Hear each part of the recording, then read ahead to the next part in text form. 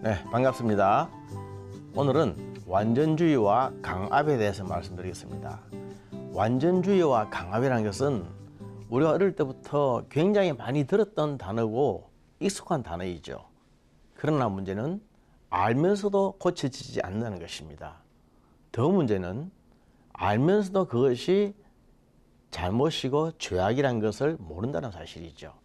오늘은 완전주의와 강압을 어떻게 우리가 치료하고 또 막을 수 있을까 한번 연구해보는 시간으로 갖도록 하겠습니다.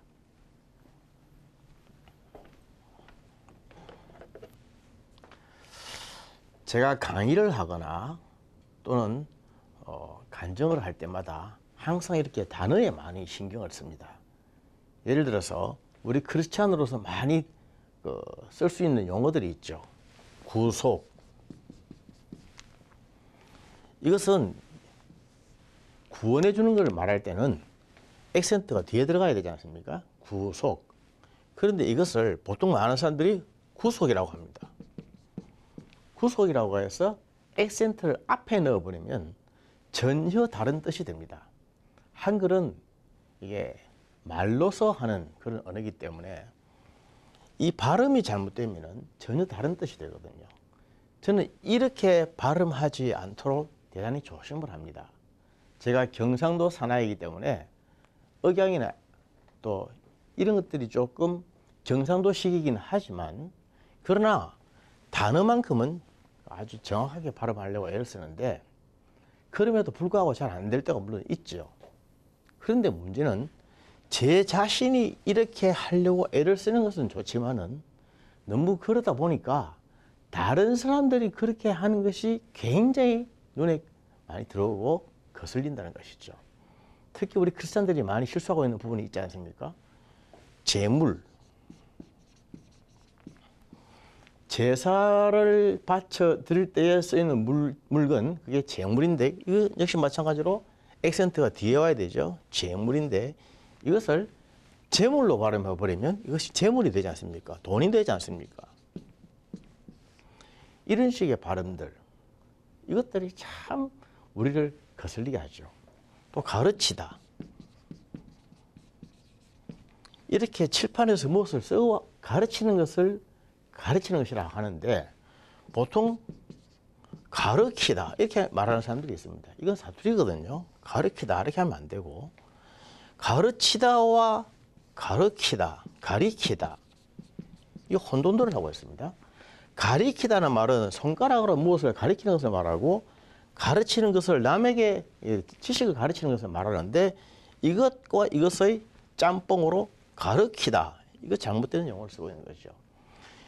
제가 강의를 하면서 이런 데 굉장히 신경을 많이 쓰고 적합한 용어를 제때 써야 되겠다 이렇게 아주 신경 쓰고 있습니다만은 그것은 좋은 것인데 세상에 이렇게 발음을 정확하게 하고 제때에 맞게 하고 틀리지 않게 하는 사람들이 좀 많이 있습니까? 별로 많이 없지 않습니까? 그럴 때 이런 것들이 모든 것들이 다 신경에 거슬리는 겁니다. 아, 저건 발음이 잘못되어 있는데 저건 용어가 적합하지 못한데 저거는 사투리인데 이런 생각들이 자꾸만 내 속에 드는 거죠. 이게 완전주의입니다. 완전주의. 완전주의는 사람이 완전할 수 있다라고 생각하는 것이죠. 사람이 완전할 수 없는 존재죠. 사람이 어떻게 완전할 수 있습니까? 그럼에도 불구하고 완전할 수 있다라고 생각하고 완전을 요구하는 것입니다. 글을 하나 쓸 때도 띄어쓰기라든지 또 명사, 형용사, 부사 구분을 정확하게 하면서 불완전 명사 띄어쓰고 어조사 붙이고 이런 걸 정확하게 하기가 얼마나 어렵습니까? 그러니까 이런 완전주의에 빠져 있는 사람들은 뭘 하나 하면은 완벽하고 완전하게 아주 흠이 없이 해내기 위해서 애를 씁니다. 이것이 결국 우리 몸에 병이 되는 겁니다. 역시 마찬가지로 내 자신에게 병을 일으키고 다른 사람에게도 병을 일으켜주는 큰 원인이 되는 것이죠. 이 완전주의로 되기 위해서는 강압이라고 하는 이러한 양육 방식이 반드시 병행이 되는데 자기가 원하는 대로 완전하게 해주기 위해서 그렇게 될 때까지 끝까지 밀어붙이는 것입니다. 강압이라고 하는 것이 보통 영어로는 푸시라고 하죠. 계속 밀어붙이는 것. 끊임없는 잔소리, 끝없는 요구, 끝없는 질타, 명령 이런 것들이 계속 주어져서 하지 않으면 안 되게끔 나의 요구대로, 나의 명령대로 하지 않으면 안 되게끔 만드는 것. 이게 강압입니다. 강압. 완전주의가 있기 때문에 강압이 그 방식으로 다가오는 것인데 이 문제는 완전주의에 의해서 강압을 시행하면서 이것이 잘못이라고 하는 것, 이것이 병을 일으키는 큰 원인이 된다고 하는 것, 이것이 한의학적으로 말할 때 기체, 기를 체하게 하고 기가 막히게 하는 기절, 이러한 큰 원인이 된다고 하는 사실을 본인이 모르고 있다고 하는 것입니다. 그래서 완전주의와 강압에 의해서 훈련받은 사람들은, 양육받은 사람들은 굉장히 열등감에 빠지게 됩니다. 열등감이라고 하는 사실은 굉장히 중요한 것인데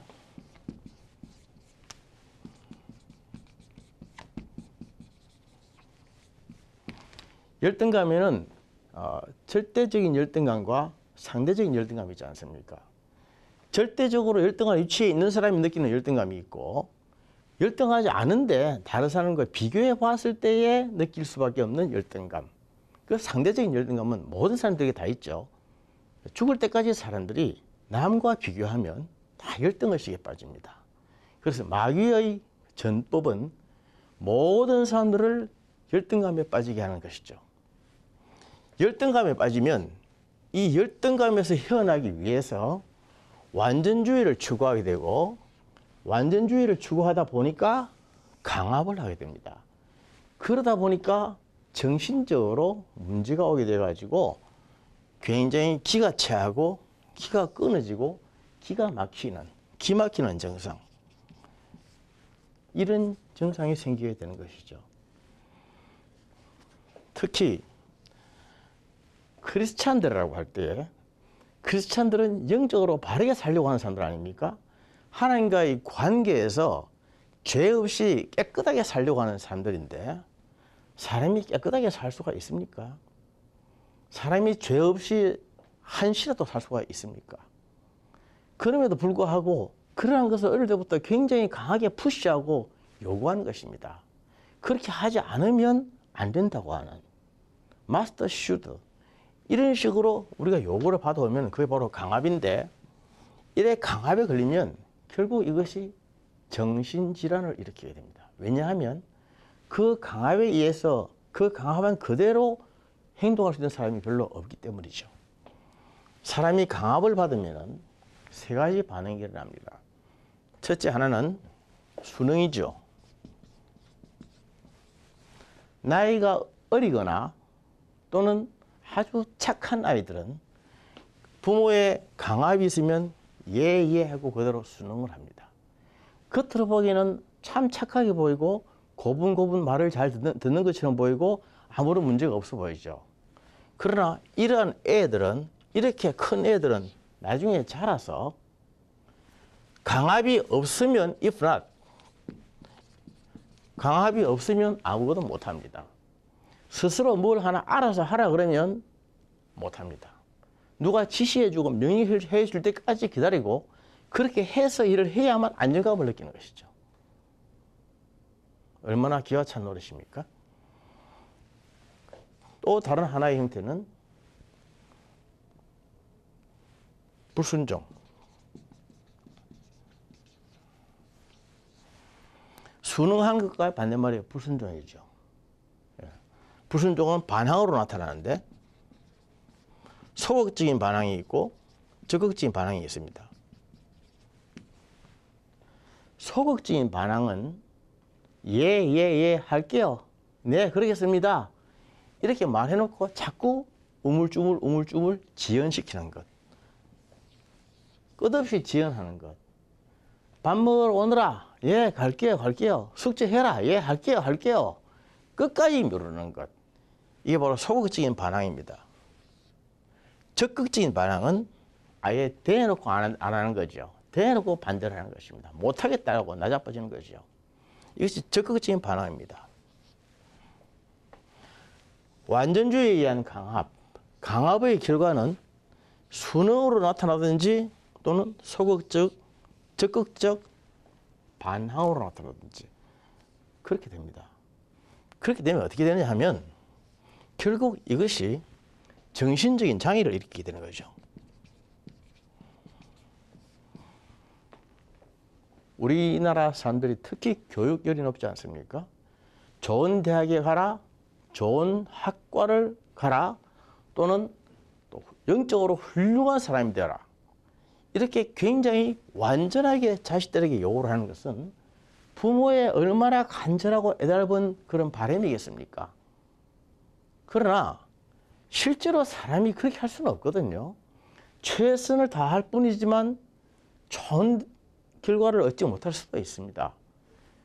그때에 그렇게 하지 못했을 때에 부모의 요구에 자녀가 이루어지지 못했을 때에 자녀가 느끼는 것은 굉장한 열등감. 열등감은 바로 불안으로 나타나는 거죠. 열등감과 불안이 쌓이면 이것 때문에 정신적인 장애가 오는 것입니다.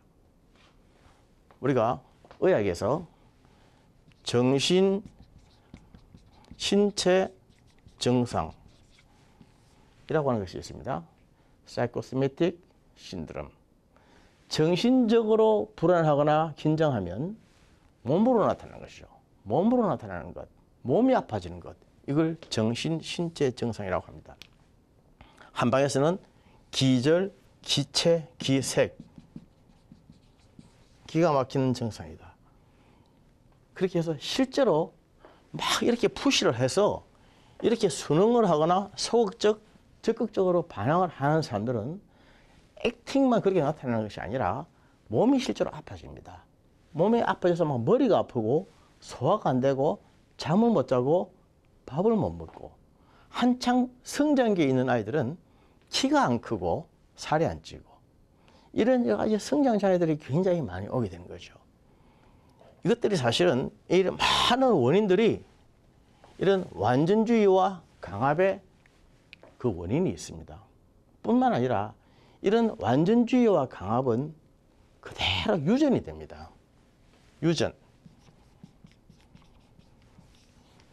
유전이라고 하는 것은 부모의 가지고 있는 어떤 기질이 자식에게 그대로 이어지는 것을 말하지 않습니까? 어릴 때부터 부모에게서 완전주의와 강압으로 양육받은 사람들은 자기들이 크면 자기 자식들에게 똑같이 하고 있습니다. 싫은 것은 싫어하면서 배우고, 또 미운 것은 미워하면서 배우고, 좋은 것은 좋아하면서 배우게 마련입니다. 그러다 보면 자기가 그토록 싫어했던 그 모습들이 그대로 자식에게 이어지고 있고, 자기가 그토록 두려워했던 일들이 그대로 자식에게 나타나고 있는 놀라운 두려운 일들이 실제로 많이 벌어지고 있습니다.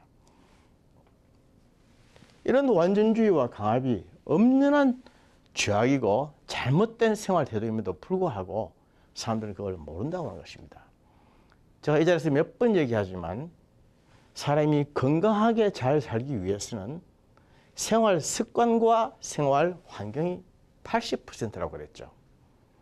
유전적 체질적인 소인은 20%밖에 안 된다. 그래서 2대 8이라고 했습니다. 유전적 체질적으로 아무리 약하게 태어났어도 생활 환경과 생활 습관을 적절히 바꾸면 얼마든지 커버할 수 있고 회복될 수 있고 치유할 수 있다고 하는 것입니다. 반대로 유전적 체질적으로 아무리 건강하게 태어났어도 환경이 나쁘거나 잘못된 생활 습관을 가지고 있으면 그것은 아무 필요가 없고 몸은 금방 나빠진다고 하는 것이죠. 그래서 우리가 어떠한 유전적인 소견을 가지고 있냐는 것도 대단히 중요하고, 그것을 커버할 수 있는 후천적인 생활 습관도 굉장히 중요합니다.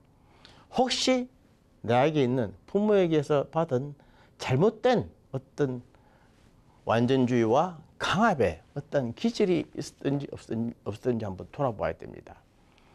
특히 그 영적인 면에서 안타까운 것은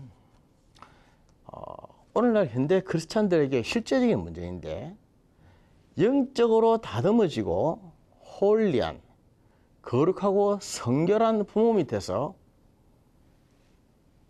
안티크리스찬들이 많이 나온다는 것이죠. 그 사실을 이해할 수가 있겠습니까?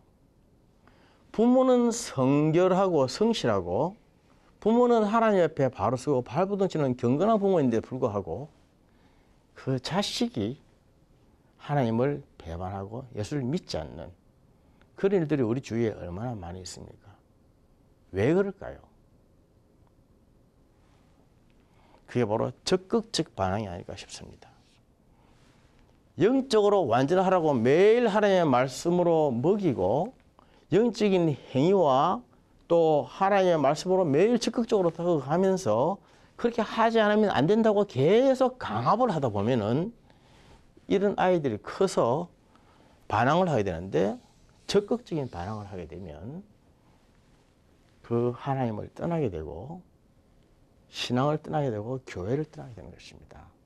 왜냐하면 사람에게 다 허물이 많기 때문이죠. 신앙생활하는 부모가 저렇게 예수님을 열심히 믿는 부모가 저런 모습이 있었구나, 저런 엉뚱한 모습이 있었는데 실망을 하기 시작하면 그 하나의 작은 허물이 치명적이 되는 것입니다. 완전주의를 강요하는 부모가 완전할 수가 있습니까? 부모도 많은 허물이 있지 않습니까? 많은 허물이 있는 사람이 완전을 강요하다 보면은 부모의 허물이 자식에게 보이면 그 자식은 그 허물 하나 때문에 결국 하나님을 잃게 되고 예수님을 잃게 되고 교회를 떠나게 된다고 하는 사실이죠. 제가 주위에서 이런 일들을 얼마나 많이 본지 모릅니다. 그래서 완전주의는 우리가 분명히 경계해야 되고 피해야 하고 무서워해야 할 죄입니다. 죄. 완전주의를 배격하지 않으면 건강한 생활이 어렵습니다. 우리는 완전하게 요구하면 될 거라고 믿고 있지 않습니까? 한 번 해서 말 안 들으면 두 번 하면 될 것이고 두 번 해서 안 되면 세 번 하면 될 것이고 세 번 해서도 안 되면 몽둥이 들면 될 것이다. 그런 생각을 하고 있죠. 그러나 그렇지 않습니다.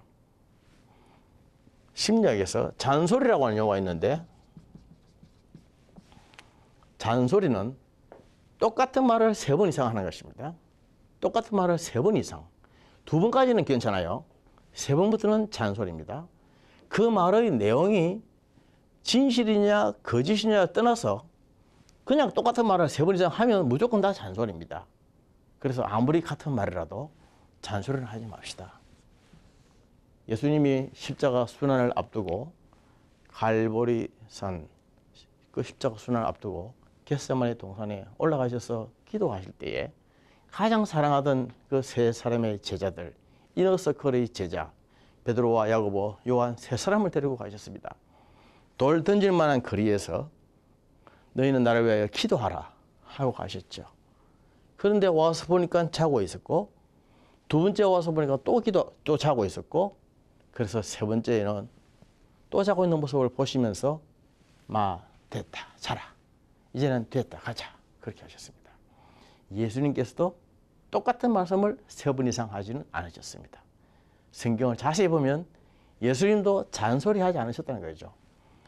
사람의 어쩔 수 없는 허약함을 인정하고 너무 완전하게 강압하지는 않으셨습니다. 아무리 우리가 영적으로 옳고 또 윤리적으로 옳고 몸에 좋다고 해서 계속적으로 강압을 해대면 오히려 그것 때문에 엄청난 부작용이 생깁니다. 그리고 나중에는 이러한 강압을 받지 않으면 아무것도 스스로 알아서 할 수가 없는 상태에 빠지고 마는 그런 비참에 빠지게 됩니다. 이런 아이를 만들고 싶습니까? 사람은 어떻습니까? 허물이 많고 부족함이 많습니다. 기다려줘야 되는 것이죠. 완전주의와 강압에 대한 처방은 기다려주는 것입니다. 기다림. 지금은 저렇구나. 지금은 저래도 내일은 다르겠지. 오늘은 그랬구나. 내일은 다르겠지. 이번 주일은 그랬구나. 다음 주일은 다르겠지. 우리가 하나님께 기도하고 하나님의 만지심이 있을 때까지 기다려줘야 됩니다. 그렇게 되면 우리 몸의 기운이 팽팽 가볍게 잘 도는 순기 상태가 되어가지고 자연히 스스로 알아서 셀프 컨트롤 할 수 있게 됩니다. 요한복음 16장 12절에 보면 예수님이 제자들에게 하신 말씀, 내가 아직도 너희들에게 이를 말이 많으나 지금은 너희가 감당치 못하리라. 그러나 진리의 영이 오시면 그가 너희를 빛 가운데로 인도하시리라. 하나님의 영이 오셔서 우리를 어루만져 주셔야 됩니다. 그렇게 해야 잘못된 생각이 바뀌고 잘못된 행동이 바뀌고 잘못된 습관이 바뀌게 됩니다. 그것이 다 바뀔 때에 우리는 치유가 되고 회복이 되는 것이죠. 그렇게 하지 않고 자꾸 내 말로 사람을 바꾸고 내 말로 치유를 시키시고 내 말로 무엇을 하나 해결하려고 하면 안 됩니다. 사람이 사람을 변화시킬 수가 없습니다. 완전주의와 강압의 가장 큰 문제는 사람이 사람을 변화시킬 수가 있다라고 생각하는 것입니다. 그리스도인은 어떤 사람들입니까? 영이 살아야 육이 사는 사람들입니다. 자식에게 또는 자기 자신에게 부족한 점이 있을 때 너무 완전주의식으로 몰아붙여서 열등감에 빠지고 불안에 빠지고 무력에 빠지면 그것은 만병의 원인이 되는 것입니다. 지금은 그럴 수 밖에는 없지만은 하나의 영이 함께 하셔서 어루만져 주시면 소프트 터치를 해주시면 반드시 이 문제를 회복할 수 있다, 해결할 수 있다, 치유할 수 있다라고 하는 자신감을 가지시고 하는 게 기도하시고 성령님이 어루만져 주시기를 기다려야 됩니다. 사랑은 기다리는 것입니다. 오래 참는 것, 기다리는 것에서부터 시작해서 기다림으로 끝나는 것이 사랑 아니겠습니까? 방송가족 여러분, 하나님의 영이 어루만져 주실 때까지 기다리고 기도하면서 기대할 수 있는 여러분들 되시기를 축복합니다. 감사합니다.